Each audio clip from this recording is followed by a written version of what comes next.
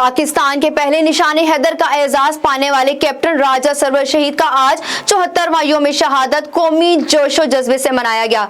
शहीद को खराजे तहसीन पेश करने के लिए वतन अजीज पर जान निछावर करने और पहले निशाने हैदर का एजाज हासिल करने वाले गोजर खान के बहादुर सपूत कैप्टन राजा मोहम्मद सरवर शहीद ने 27 जुलाई 1948 को उड़ी सेक्टर कश्मीर में जामे शहादत नोश किया। पुरवकार तकरीब का इनेकाद यादगार सरवर शहीद निशाने हैदर उनके आबाई गांव सिंघूरी सरवर शहीद में किया गया।